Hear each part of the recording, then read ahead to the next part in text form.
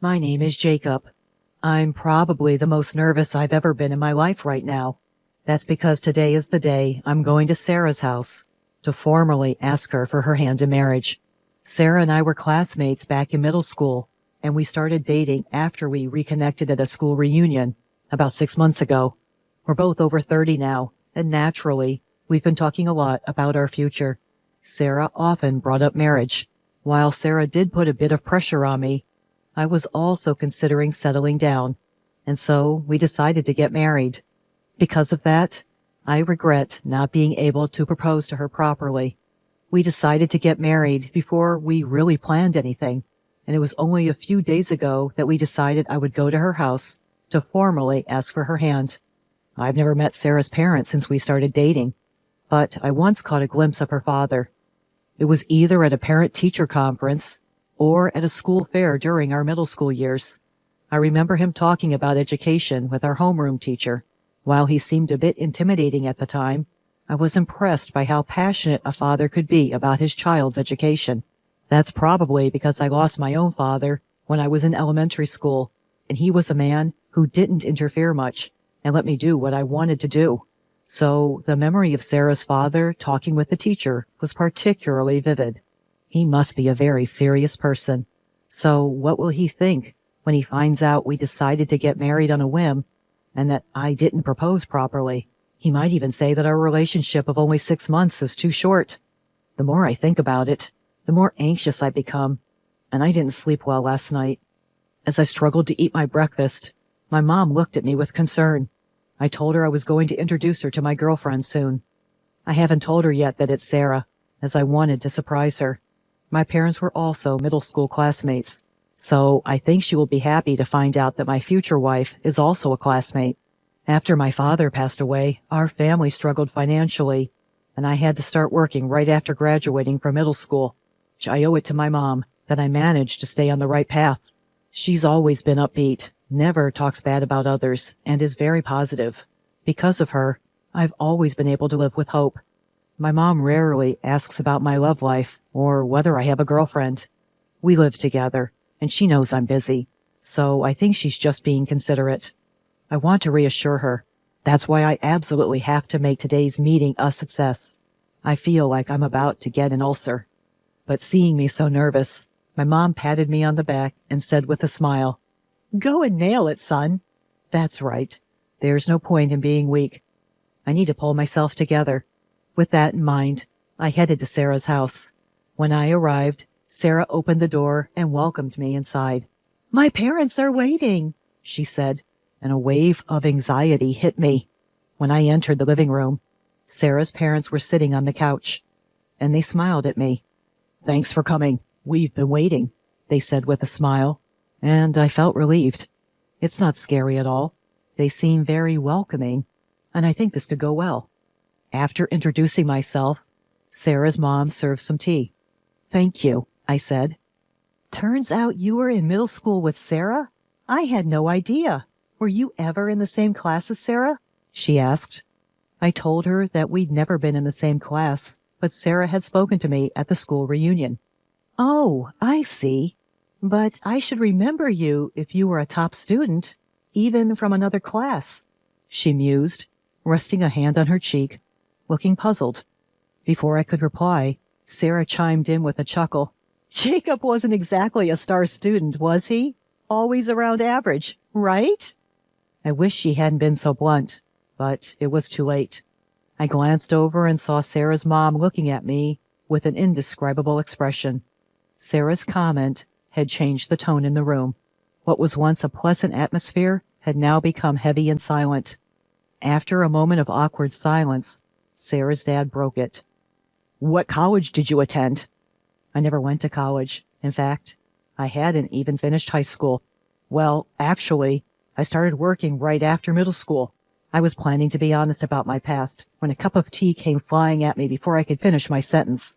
At the same time, a shout echoed, "Don't mess with me. I let you into my home because Sarah told me you were a CEO. What's this? You've been working since middle school? So you're a dropout? A company run by someone like you can't be reliable. With the startup boom, you're just riding the wave, and you'll fail soon. That's certain." Sarah's dad glared at me, flabbergasted. He grabbed my collar and bellowed, "What's your motive? Trying to cash in because I'm an executive at a major corporation?" I desperately tried to deny it, but he wasn't listening. "I can't trust a word from a high school dropout. This isn't a place for the uneducated. Get out," he said, tossing me aside and throwing a teacup at me. After that, I couldn't even explain the misunderstanding, let alone calm him down. He kicked me, and I fell to the ground. Sarah and her mom just watched. As I lay there, disappointed they hadn't helped me, everything went black. He had flipped the dining table at me. I tried to dodge, but the table hit my foot. Overwhelmed by the intense pain, I let out a muffled groan. Sarah's dad scoffed. "You're overreacting. It couldn't hurt that much." Sarah's mom added, "You're quite fragile for a man." Even Sarah chimed in. "This is so pathetic." I knew I had to leave. Despite the lingering pain in my foot, I somehow managed to leave Sarah's house. When I got home, my mom, who had been eagerly waiting for me, rushed out to greet me. The moment I saw her, I passed out from relief. "Jacob! Thank God you're awake!" When I opened my eyes, my mom's worried face was hovering over me. Her eyes were filled with tears. As I regained consciousness, I remembered what happened at Sarah's house. I was supposed to make her happy, but instead, I made her worry and sad. "I'm sorry, Mom.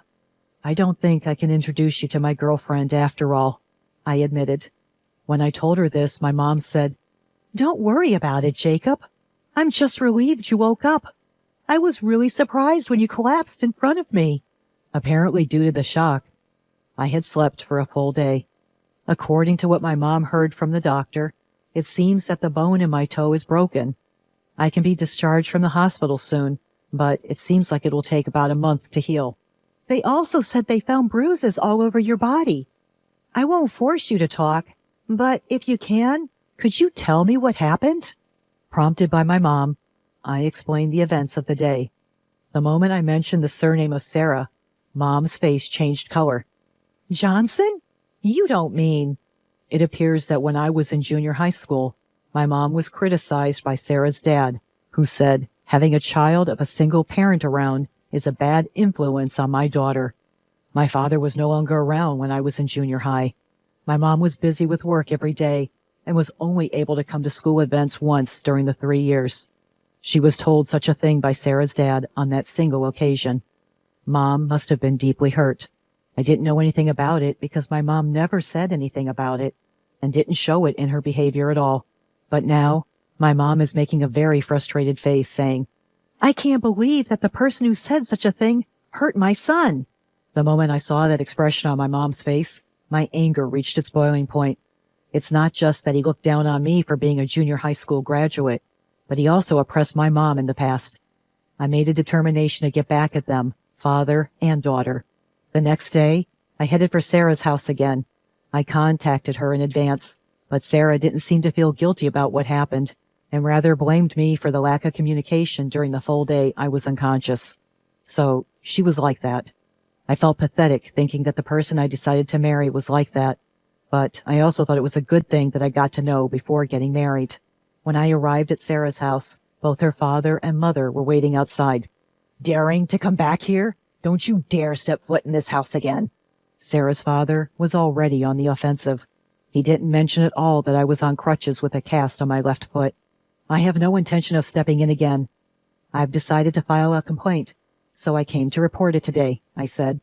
At my words, the two looked at each other and started laughing. "Wait, are you serious about the complaint? You weren't seriously injured. It's absurd to sue your fiancé's dad," Sarah retorted. I informed her that the engagement was off. I thought they would be a little flustered if I mentioned the complaint and the breakup of the engagement, but that was not the case. Sarah said, "Don't give up just because the greeting didn't go well. If you apologize, Jacob, I'll ask my dad to give you another chance." "What do I have to apologize for?"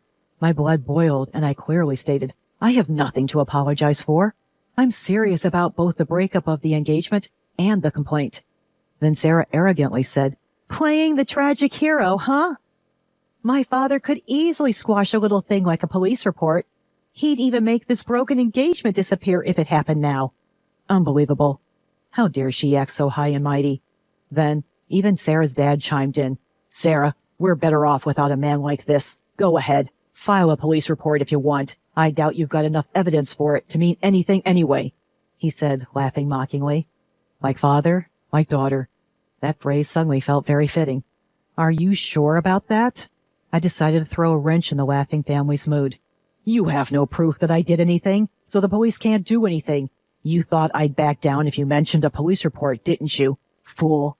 You should know better than to think that would scare me. With his hands on his hips, Sarah's father laughed confidently. That's when I decided to show him the reality of the situation. Actually, that's the evidence. Apparently not understanding what I meant. The three of them just gaped at me. I pulled out my phone and played a recording. I've been recording everything since before I arrived. I needed to gather evidence that my injuries were caused by you. No matter how high up you are in a big corporation, you can't hide from an assault charge when the evidence is all laid out, right? At this, instead of apologizing, Sarah's father started yelling at me. How dare you? Go ahead, file your report. There's no way I'm letting you marry Sarah. Sarah's mom, who had been quiet until now, began to panic. We can still forgive him if we do it now, right, honey? No need. As I said earlier, the engagement is off, and I will file a report. I don't want to marry someone who doesn't care when their fiancé is injured and who joins their parents in making fun of me. When I said that, Sarah, who had been looking down on me until just now, started to panic. You're lying, Jacob. You said you wanted to marry me, you liar. Sarah's dad then started. You low-educated punk. I'll never forgive you, and lunged at me. The shock of his punch threw me off balance, and I fell to the ground. Sarah's mom desperately tried to stop her husband, who was about to start punching me while I was down. Honey, this is bad. We don't know who might be watching. But Sarah's dad didn't stop. You're just a figurehead CEO. You lured Sarah with that, and now you're going to sue me? I'll sue you for fraud.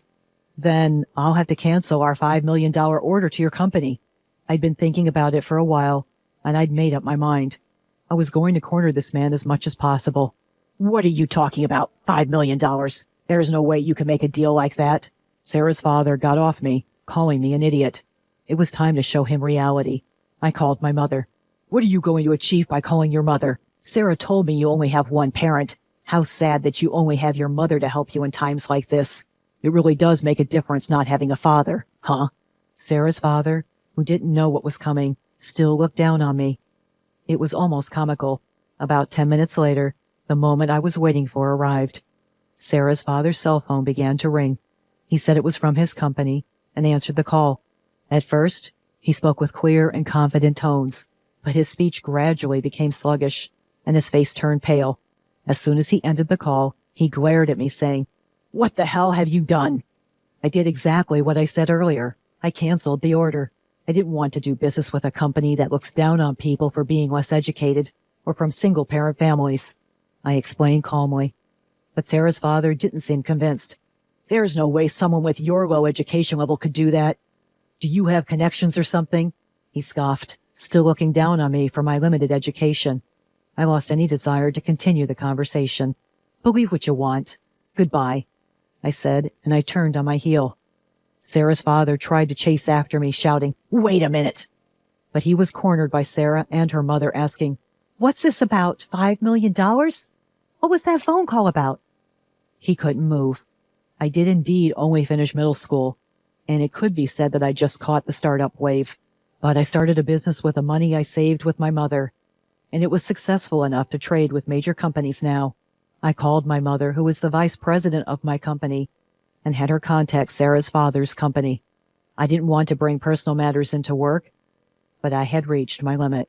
But when I got home and saw my mother's usual cheerful face, I felt guilty. Bringing my personal matters into it, I was finished as a CEO. I also felt sorry for having made my mother take on such an unpleasant role. Sorry, Mom, for making you make that unpleasant call, and for making us have to find another supplier. I apologized.